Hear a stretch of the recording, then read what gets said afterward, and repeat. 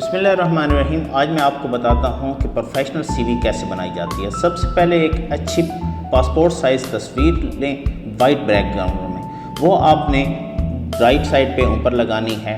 अपना वो नाम लिखें जो आपके आईडी कार्ड या पासपोर्ट के ऊपर पूरा नाम लिखा हुआ है।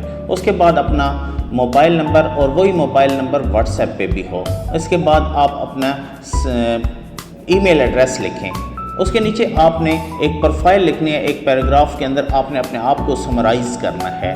फिर नीचे आके आपने अपनी एकेडमिक क्वालिफ़िकेशन लिखें और एकेडमिक क्वालिफ़िकेशन में सबसे जो टॉप आपकी क्वालिफ़िकेशन मसलन आपने मास्टर किया हुआ है तो मास्टर पहले लिखें, कब किया है, कहाँ से किया है।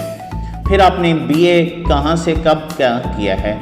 फिर आपने एफए, फिर मैट्रिक करना है। उसके बाद आप आ जाते हैं प्रोफेशनल क्वालिफ़िकेशन पे। प्रोफेशनल क्वालिफ़िकेशन में आपने अपना निबोश, आयोश, ओशा, निबोश लिखना है तो निबोश के बाद NEBOSH IGC, IOSH managing safely, OSHA general industry 30R, इसी तरह fire safety, first aid, PTW, hole watcher, BOSH. अगर आपने इसके अलावा भी कोई और कोर्सेज की हुई हैं तो वो भी आपने सेफ्टी से रिलेटेड उसके नीचे लेके आने हैं। फिर आपने आ जाना है कंप्यूटर नॉलेज पे। कंप्यूटर के बारे में जितना आपको पता है, MS ऑफिस आपने किया हुआ है, उसके सर्टिफिकेशन है वो लिखें आप।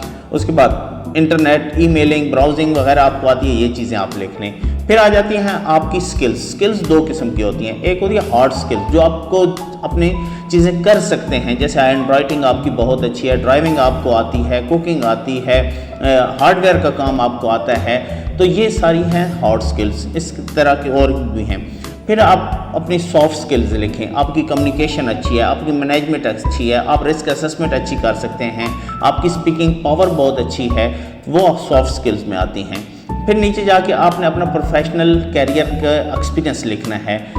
सबसे पहले कंपनी नेम लिखें, फिर आपने उस पर डिजिग्नेशन लिखना है, फिर ये ड्यूरेशन लिखना है, किस डेट से किस डेट तक, और अगर आप अभी भी काम कर रहे हैं तो वहाँ पे टिल डेट लिख दें। उसके बाद अपनी JDR उसमें लाजमी लिखें, जॉब डिस्क्रिप्शन एंड रिस्पॉन्सिबिलिटीज़ लाजमी लिखा करें। फिर नीचे पहले 10 कंपनियों में आपने काम किया तो वो नीचे तरतीब के साथ आती रहेंगी। उसके बाद आपने अपने बेसिक इंफॉर्मेशन देनी है, जिसमें father name, CNIC number, passport की expiry, licence number, email address, ये सारी, और पोस्टल एड्रेस वगैरह, ये सारी चीज़ें आपने वहाँ पे देनी हैं। ये जब आपकी CV बन जाती है, 2 पेजेस 3 पेजेस की बनती है, जो भी है परेशान ना हो। लेकिन उसके बाद आगे आपने अपने शनाख्ती कार्ड की कॉपी, कलर कॉपी वो लगानी है, नीचे उसके पासपोर्ट की कॉपी लगाएं। फिर अगले पेज पे आ जाएं, वहाँ पे आपके पास कोई और एक्सपीरियंस सर्टिफिकेट्स हैं या चीज़ें हैं, जैसे कि आपके पास निबोश है, निबोश की पिक्चर लगाएं। फिर आयोश, ओशा, इसी तरतीब से जैसे आपने ऊपर लिखे हैं वो लिखें। फिर एकेडमिक क्वालिफ़िकेशन लगाएं, फिर एक्सपीरियंस लेटर लगाएं। ये CV आपकी 50 पेजेस पे चल जाए, नो इशू। लेकिन एक ही फाइल के अंदर ये सारी आ गई। अब आपने इसको करना क्या है कि सेव करना है, PDF फाइल के अंदर सेव करना है।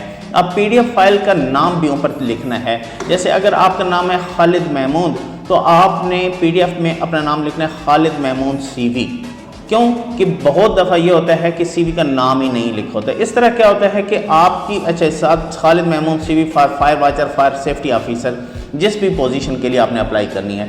तो इस तरह जब आपकी CV किसी के सामने जाती है तो उसको ये अंदाज़ा हो जाता है कि आप प्रोफेशनल हैं, क्योंकि आपने PDF की एक ही फाइल में 40, 35, 40 जितने भी पेजेस की है, एक ही फाइल है और ऊपर बेहतरीन करके नाम लिखा हुआ है, अच्छी तस्वीर है जो नज़र आ रही है, तो वो आपकी CV को डाउनलोड भी करेगा, देखेगा भी सही।